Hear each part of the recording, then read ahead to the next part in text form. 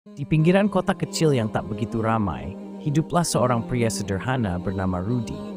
Ia adalah penjual gorengan keliling. Setiap pagi, ia bangun sebelum subuh untuk menyiapkan adonan bakwan, tahu isi, dan tempe goreng.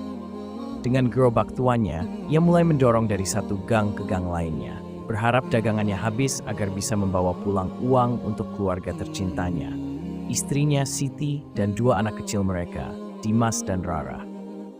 Hidup Pak Rudy serba pas-pasan.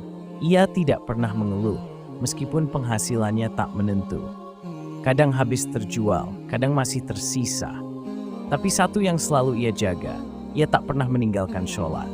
Dan satu hal yang diam-diam rutin ia lakukan adalah menyisihkan uang 1.000 atau 2.000 rupiah untuk sedekah, meski itu berarti mengurangi jatah makannya sendiri. Suatu hari, hujan turun deras sejak pagi. Udara dingin dan jalanan becek membuat dagangan Pak Rudy tak laku seperti biasanya. Menjelang sore, hanya sedikit gorengan yang terjual, dan uang yang ia hasilkan hari itu tak lebih dari 10.000 rupiah. Itu pun rencananya akan digunakan untuk membeli beras dan minyak goreng di warung.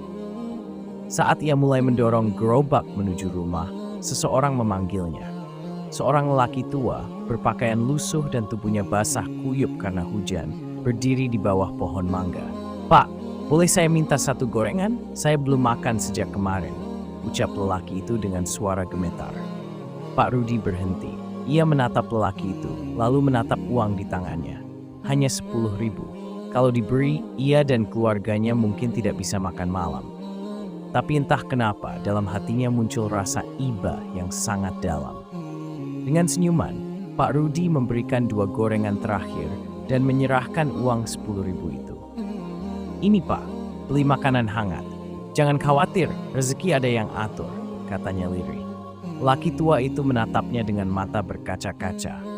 "Terima kasih nak, semoga Allah membalas kebaikanmu berkali lipat." Pak Rudy pulang malam itu hanya membawa gerobak kosong dan perut kosong. Istrinya sempat bingung saat mendengar bahwa uang terakhir mereka telah disedekahkan. Namun saat melihat wajah suaminya yang begitu tenang, ia hanya tersenyum dan berkata, "Insya Allah rezeki kita tidak akan tertukar." Keesokan harinya, langit cerah. Pak Rudy mulai berjualan seperti biasa. Namun belum jauh dari rumah, seorang pria muda berpakaian rapi menghentikannya. Ia memperkenalkan diri sebagai Andre, pemilik kedai kopi yang baru buka tak jauh dari sana. "Saya tadi lewat dan mencium aroma gorengan Bapak. Saya coba satu dan rasanya luar biasa. Kebetulan saya sedang cari mitra untuk suplai gorengan ke kedai saya. Bapak berminat?" Pak Rudy hampir tak percaya. Ia pun diajak ke kedai kopi tersebut. Dan sejak hari itu, ia mendapat pesanan rutin, minimal 200 gorengan per hari.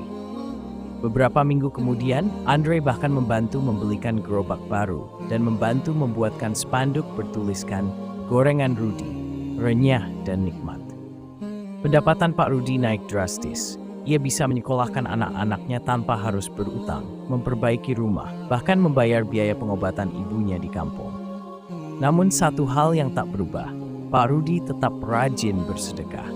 Bahkan kini, setiap Jumat ia membagikan gorengan gratis di masjid dekat rumahnya.